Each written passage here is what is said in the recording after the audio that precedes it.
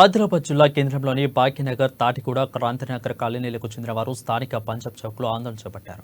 Railway bridge నిర్మాణ పనులు ఆరంభం కాక వాటిని అడ్డుకునేందుకు ప్రయత్నిస్తున్న కొందరికి అధికారులకు అనుకూలంగా వ్యవహరించడంపై ఆందోళనకారులు ఫైర్ అయ్యారు. సుమారు గంటన్నర పాటు కొనసాగిన రాస్తారోకో కారణంగా ఇరువైపుల వాహనాలు భారీగా నిలిచిపోయాయి. ఆందోళనకారులకు పోలీసులు, ఎమ్మెల్యే నచ్చజెప్పడంతో ఆందోళన సద్దుమరిగింది. ఇదే అంశానికి సంబంధించి మరింత సమాచారాన్ని మా ప్రతినిధి జోషి అందిస్తారు.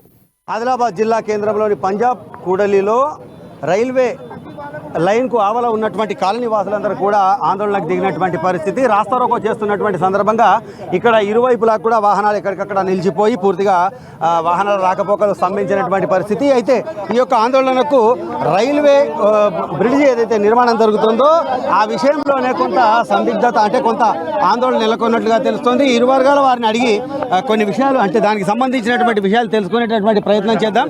సార్ చెప్పండి, అసలు ఈ యొక్క ఆందోళన ఎందుకు చేస్తున్నారు? అసలు కారణం ఏంటి? ఈరోజు ఏదైతే రైల్వే అధికారులు పనులు చేపడుతుండగా ఇక్కడ ఏదున్న వ్యాపారస్తులు దాన్ని స్టే తీసుకొచ్చి అడ్డుకోవడం జరిగింది. దానికి నిరసనగా ఈరోజు మేము కార్యక్రమం చేపట్టినాం. దీని మీద కలెక్టర్ గారికి కూడా మెమోరాండం ఇస్తే అక్కడ గురించి కూడా ఎక్కడ స్పందన లేదు. ఇది కోర్టు పరిధిలో ఉందంటున్నారు.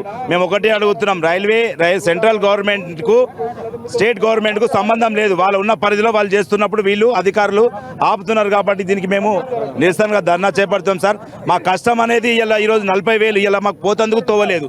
మా పిల్లగాళ్ళు స్కూల్ పోవాలంటే కూడా గంట 5 కిలోమీటర్లు దాటిపోవాల్సి వస్తున్నది. 5 కిలోమీటర్లు దాటిపోవాల్సి వస్తున్నది. మరి మాకు ఏదైనా మార్గాన్ని చూపియండి సార్. ఎక్కడో రాంపూర్ సవర్గామ నుంచి పోతున్నాం మేము. మరి ఏదో 45 రోజులు మేము కష్టపడితే మా దరిద్రం దూరం అవుతుంది అనుకుంటే ఈరోజు ఆ పనులు ఆపేసిండ్రు.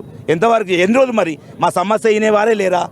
అంటే ఇప్పుడు జనాల సమస్యల కంటే వ్యాపారుల సమస్యలు ఎక్కువైనట్లుగా మీరు భావిస్తున్నారా?